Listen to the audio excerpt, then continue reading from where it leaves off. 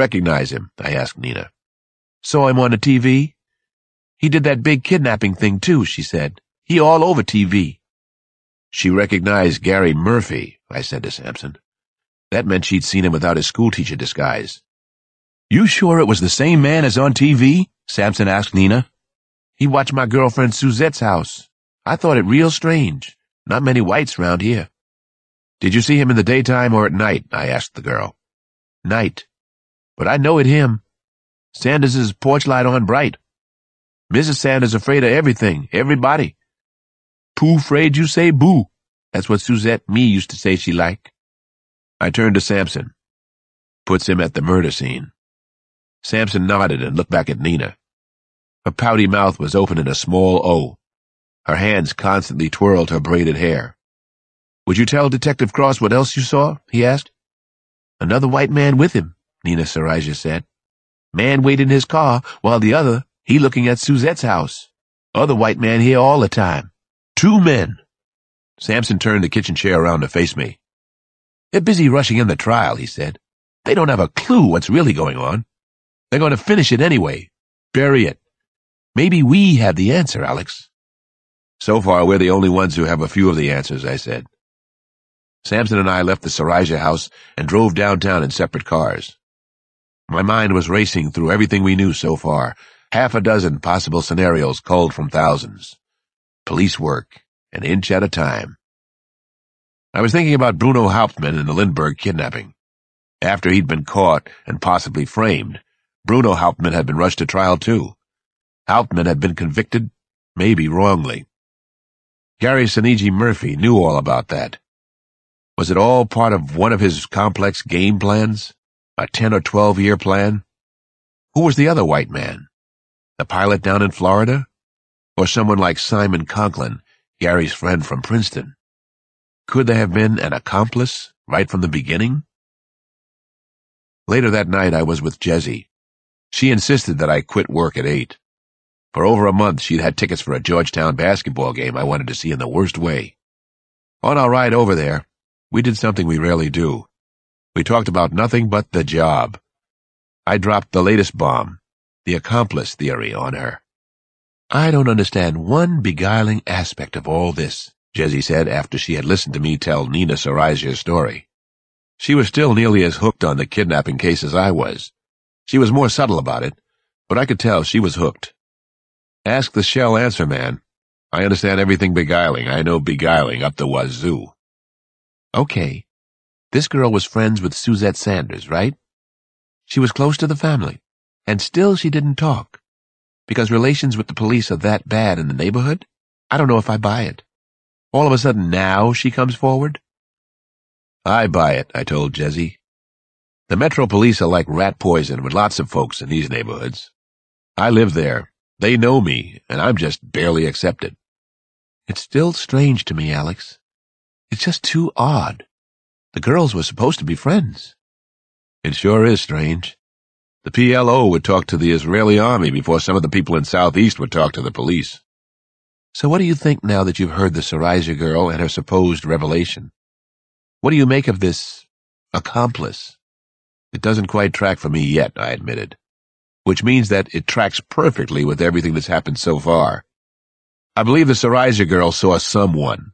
The question is, who? Well, I have to say it, Alex. This lead sounds like a wild goose chase. I hope you don't become the Jim Garrison of this kidnapping. Just before 8, we arrived at the Capitol Center in Landover, Maryland. Georgetown was playing St. John's from New York City. Jessie had choice tickets. That proved she knew everyone in town. It's easier to get into an inauguration ball than certain Big East games. We held hands as we strolled across the parking lot toward the glittery Cap Center. I like Georgetown basketball, and I admire their coach, a black man named John Thompson. Sampson and I catch 2 or 3 home games a season. I'm psyched to see the Beast of the East. Jessie supplied some basketball lingo with a wink as we got close to the stadium. Versus the Hoyas, I said to her. The Hoyas are the Beast of the East. She popped her gum and made a face at me. Don't get cute with me. You're so smart about every goddamn thing, I grinned. She was, too. It was difficult to bring up a subject she hadn't read about or experienced. What's the nickname for St. John's? The St. John's Red Men. Chris Mullin came from there. They're also called the Johnnies. Chris Mullin plays for Golden State in the pros now. They're called the Warriors. We both stopped talking at the same time. Whatever I was about to say caught in my throat. Hey! Hey, nigger lover! Someone had shouted across the parking lot. Say hey, salt and pepper! Jessie's hand tightened around mine. Alex, be cool. Just keep going, Jessie said to me. I'm right here, I told her. I'm as cool as can be. Let it go. Just walk into the Cap Center with me. They're assholes. It doesn't deserve a response. I let go of her hand. I walked in the direction of 3 men who were standing in the rear of a silver and blue 4x4. Not Georgetown students or St. John's Redmen either. The men were wearing parkas and peaked hats with company or team logos. They were free, white, and over 21, old enough to know better. Who said that? I asked them. My body felt wooden, unreal. Who said, hey nigger lover? Is that supposed to be funny? Am I missing a good joke here? One of them stepped forward to accept the credit. He spoke up from under a peaked day-glow Redskins hat. What's it to you? You want to go 3-on-1, Magic? That's the way it's going to be. I know it's a little unfair, me against the 3 of you, but I might just do that, I told him. Maybe you can find a 4th, real quick. Alex? I heard Jessie coming up behind. Alex, please don't. Just walk away from them. Fuck you, Alex, one of the men said. You need your lady's help on this one? You like Alex, honey? Alex, your main man, I heard. Your very own jungle bunny? I heard a sharp snap behind my eyes. The sound of the snap seemed very real. I felt myself snap. I hit Redskin's hat with my first punch. I pivoted smoothly and smacked the second one of the trio on the side of his temple. The first man went down hard, his ball hat flying like a frisbee. The second guy was staggered, out on his feet. He went down on one knee and stayed there indefinitely. All the fight was out of him. I am so tired of shit like this happening. I'm sick of it. I was shaking as I spoke. He had too much to drink, mister. We all did, the guy who was still standing said. He's been all fucked up. A lot of pressure these days. Hell, we work with black guys. We got black friends. What can I say? We're sorry. So was I. More than I cared to say to these assholes. I turned away from them, and Jessie and I walked back to the car. My arms and legs felt as if they were made of stone. My heart was pounding like an oil derrick. I'm sorry, I said to her. I felt a little sick. I can't take shit like that. I can't walk away anymore. I understand, Jessie said softly. You did what you had to.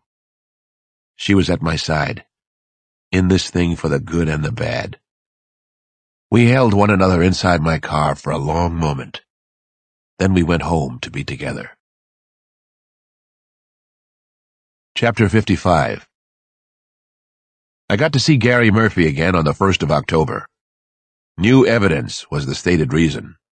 By that time, half the world had talked to Nina Sarazier. The accomplice theory had a life of its own. We were using SIT to scour the neighborhood around the Sarazier house.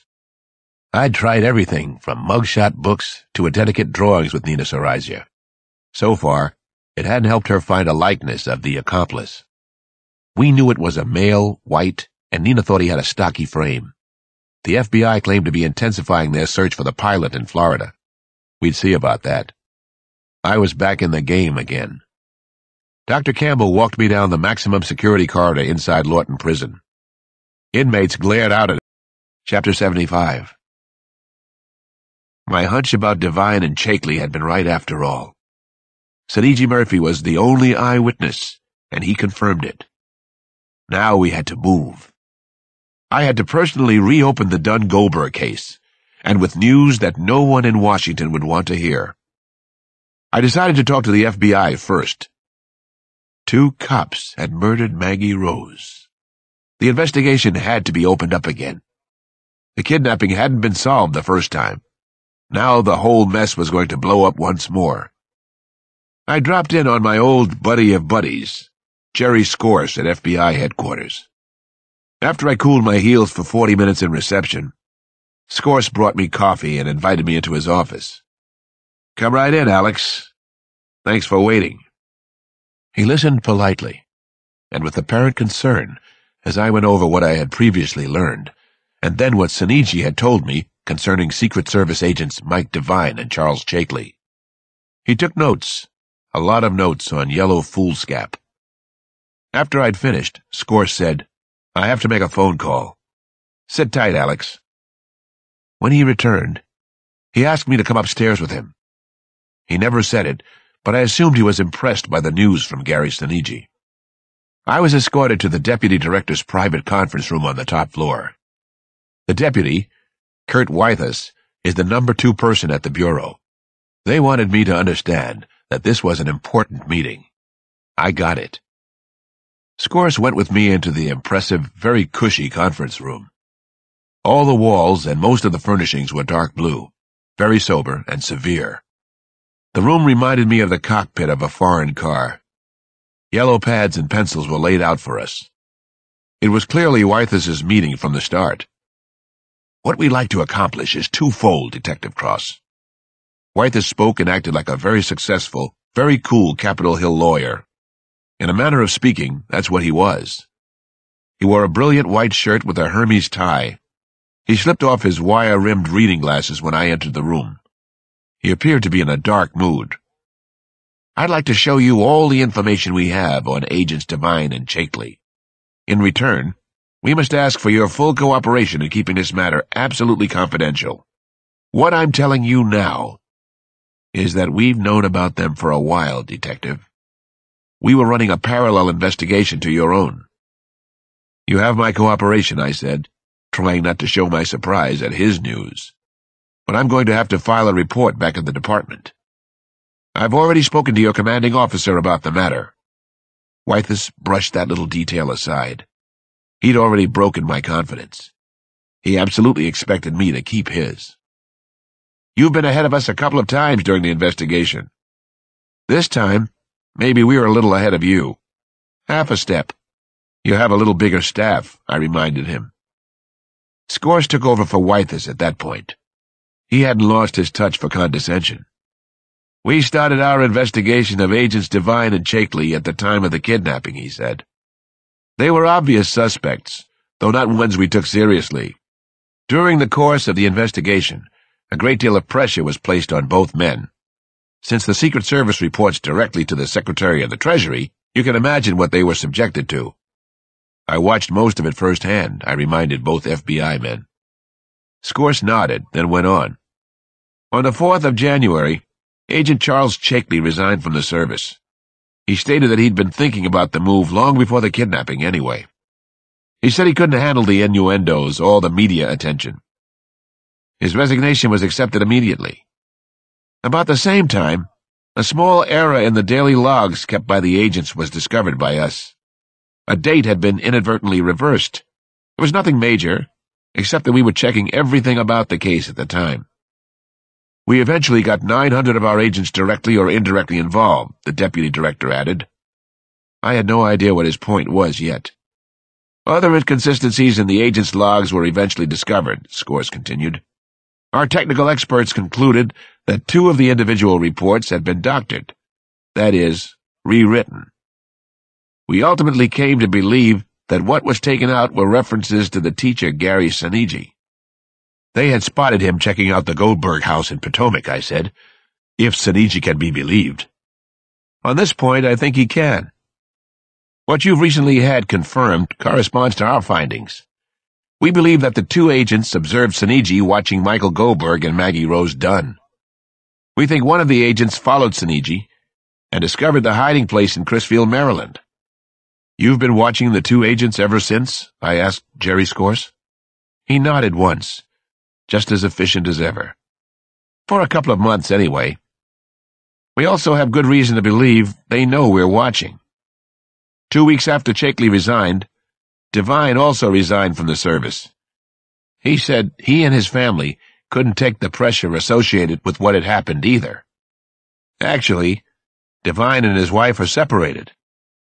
I assume Chakley and Devine haven't tried to spend any of the money," I said. "To our knowledge, no. As I said before, they know we're suspicious. They aren't dumb. Not at all.